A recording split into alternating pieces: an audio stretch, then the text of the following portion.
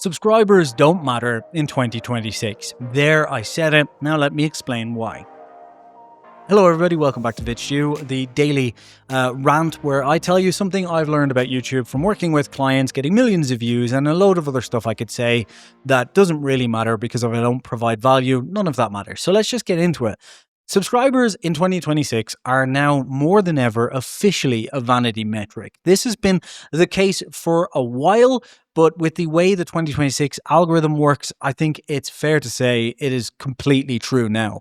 What I mean by that is the way YouTube decides who to show your videos to means subscribers are less and less and less important. And I've even seen this in a way that you can probably test yourself, and I'll explain that in a minute. But before I do, what I mean by this is that it's not that subscribers are completely unimportant. It is a good metric for things like sponsors, for example. It's a good metric in terms of people who are properly a core audience and growth over time, because the more subscribers someone sees on a channel, it's kind of like that social proof metric. So subscribers in the way of what people see in your channel can really be important, and that subscriber check.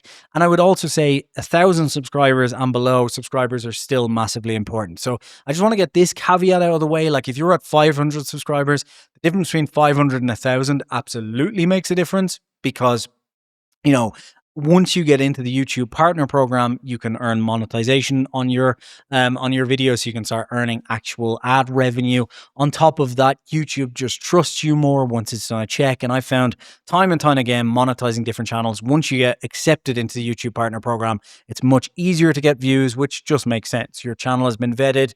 You've got money on the line that you can actually lose. So you're more likely to be responsible with your channel. So I think those subscriber metrics matter. And I also would say as well, the step from, say, 50,000 to 100,000 matters, not because of viewers, but because you get the little check mark. So there's these things that do kind of matter, but what I'm trying to get at here is, in general, for views, especially for your first views, subscribers don't really matter anymore. And let me explain why.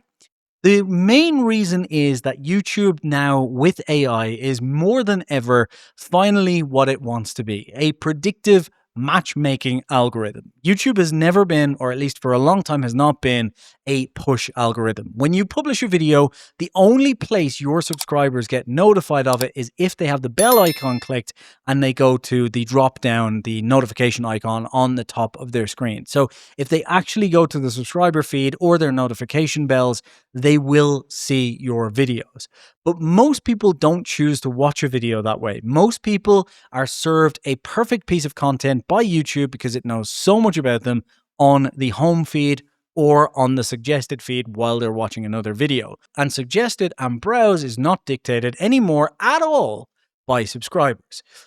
At all. And I proved this to myself by checking this, just kind of making that assumption and watching a YouTube channel very specifically. One of my favorite creators is a guy called T. Martin. He does gaming videos, and they're my absolute favorite kind of veg out stuff when I am too lazy to pick up my own Xbox controller and just kind of want to veg out and watch something. He's the most entertaining gaming guy as far as I'm concerned. Love his channel. If you don't like gaming content, fair enough. I get it. It's a weird thing to be into, watching someone else game. I used to think it was absolutely ridiculous, but I kind of enjoy his stuff. This is beside the point. The point I'm making here is recently he's had a couple of series that I've really enjoyed. One of them was a game called Winrose, which I decided to check out myself. And another one was a game called Megastore Simulator, which I don't know why I enjoy, but I do for some reason.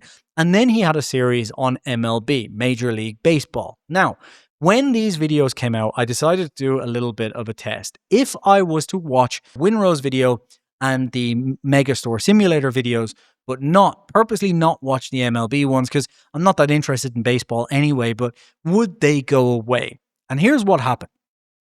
After day 2 of this, so the first day I didn't watch his MLB video, nothing really happened. The next time he put an MLB video up, I did see that video.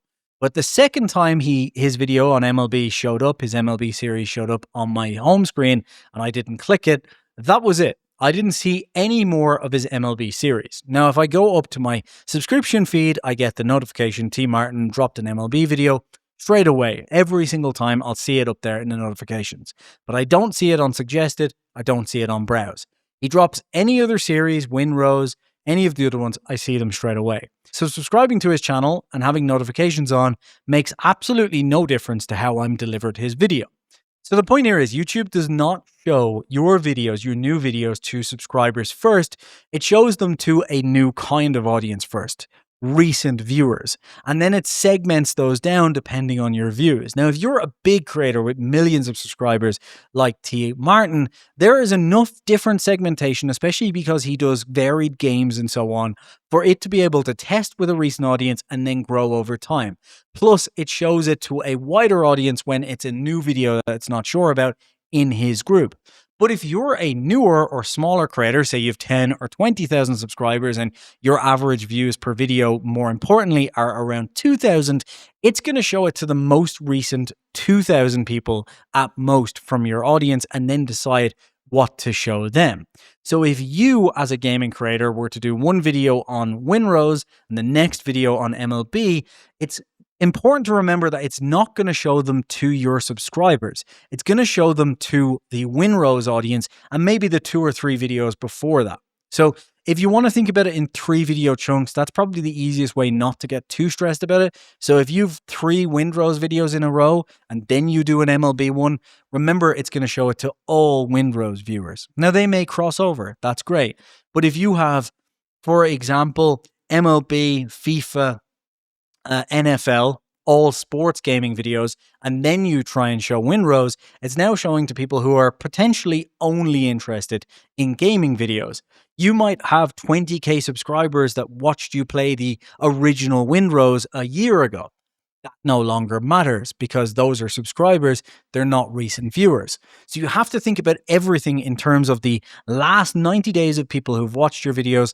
If possible, the last 3 videos are what you should base your future topics on because that's basically who YouTube's going to show things to. And if it performs well with them, it will then widen that out to more and more people. If it performs badly with them, it doesn't. So if you think about it in a simple way like that and forget about subscribers, that's going to help you. The negative is if you've spent years building up a ton of subscribers and you try to pivot to something else, it doesn't matter anymore. Those subscribers won't even be notified if it doesn't hit them immediately with the last few videos.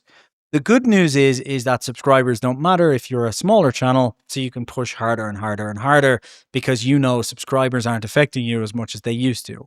So I hope that helped. I hope that made you understand a little bit more. And in a few videos time, I'm going to go in and tell you how the algorithm works overall in a full video. But for right now, we're just going to stick to some 8 to 15 minute dives into YouTube and how it works every day. And you can find it here on YouTube or on Spotify. I'll see you for the next one.